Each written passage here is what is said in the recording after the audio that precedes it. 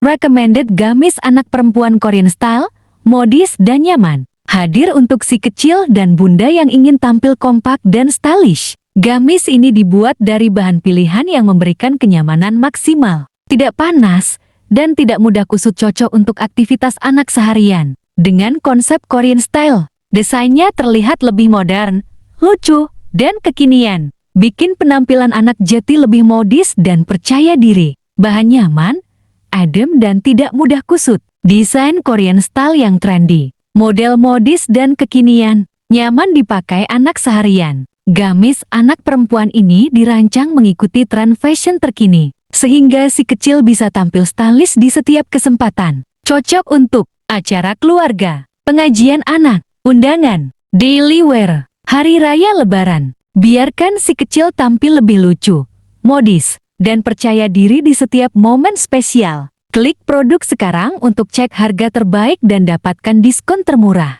Tambah gratis ongkir di channel fashion terbaru. Yuk lengkapi penampilan si kecil dengan gamis Korean style yang nyaman dan fashionable.